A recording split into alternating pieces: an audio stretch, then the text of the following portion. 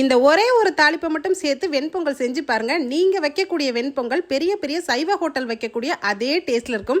So வாங்க எப்படி செய்யலான்னு பார்க்கலாம். அடடா, இவ்வளோ நாள் இந்த ஒரு தாளிப்பு தெரியாமல் போச்சேன்னு சொல்லி தெரிஞ்சால் வருத்தப்படுவீங்க. இந்த பொங்கல் பார்த்தீங்கன்னா அவ்வளோ ஒரு டேஸ்ட்டாக இருந்தது.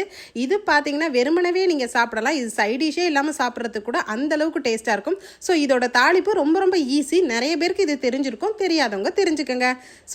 ஸோ வெண்பொங்கல் நல்லா இருக்கணும்னா அதோட தாளிப்பு தான் ரொம்ப ரொம்ப முக்கியம். அதோட இல்லாமல் அதோட அரிசி பக்குவமும் ரொம்ப முக்கியங்க. நம்ம அரிசி எப்பயுமே பொடிசாக இருக்க மாதிரி பார்த்துக்கோங்க. அந்த பச்சரிசியில் நம்ம வெண்பொங்கல் செய்யும் போது தான் பொங்கல் டேஸ்ட்டாக இருக்கும். அதே போல் நெய்யும் நல்ல குவாலிட்டியாக சேர்த்துக்கணும். இப்போ நம்ம ஒரு குக்கர் எடுத்துக்கிறோம். இதில் பார்த்தீங்கன்னா 1 கப்பு பச்சரிசி எடுத்திருக்கேன். பொடி அரிசியாக தான் எடுத்திருக்கேன். அதாவது இது பொங்கல் அரிசின்னு கேட்டாவே கடையில் தருவாங்க. இதில் ஒரு அரை கப்லேருந்து 3/4 கப் அளவுக்கு பாசிப்பருப்பு சேர்த்துக்கலாம். இது ரெண்டத்தையும் நல்லா வாஷ் பண்ணிக்கோங்க. நீங்கள் எந்த கப்பில் அளவு எடுத்தீங்களோ, அதாவது மொத்தத்துக்கு 1.5 கப் அப்படின்னா மொத்தம் 4.5 கப்பு நீங்கள் தண்ணி சேர்க்கணுங்க. அதாவது எந்த கப்பில் சேர்க்குறீங்களோ அதோட 3 மடங்கு நீங்கள் தண்ணி சேர்க்கணும்.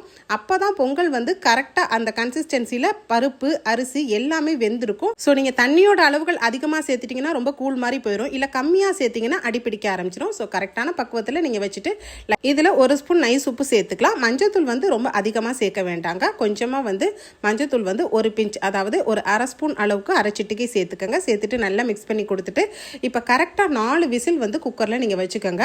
உங்களோட குக்கர் எந்த அளவோ அது தன்மையை பொறுத்து நீங்கள் கரெக்டாக வச்சுக்கோங்க. 4லேருந்து 5 விசில் கூட நீங்கள் தாராளமாக வச்சுக்கலாம். இவ்வளோதாங்க. ஒரு 10 நிமிஷத்தில் நம்ம பொங்கல் வெந்துருச்சான்னு பார்ப்போம். 4 விசில் வந்துருச்சு எங்கள் வீட்டு குக்கரில்.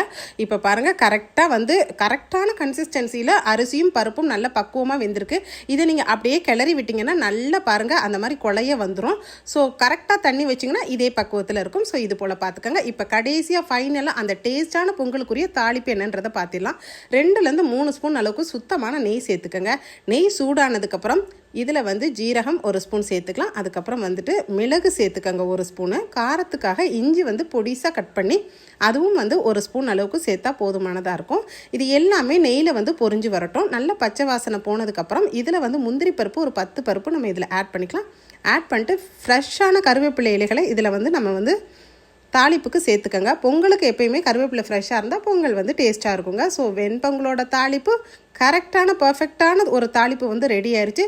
இதோட ஃபைனலாக நம்ம குக்கரில் நம்ம வேக வச்சுருக்க அரிசி பருப்போடு சேர்த்து இந்த பொங்கல் தாளிப்பை சேர்த்துடலாம். சேர்த்ததுக்கப்புறம் நல்லா கிளறி விட்டுட்டு இதை நம்ம பரிமாறிடலாம். ஸோ ரொம்ப சுட சுட சுவையான பொங்கல் வெண்பொங்கல் ரொம்ப ஈஸியாக ஒரு 10 நிமிஷத்தில் ஒரு சிம்பிளான தாளிப்பில் ரெடி பண்ணிட்டோம்.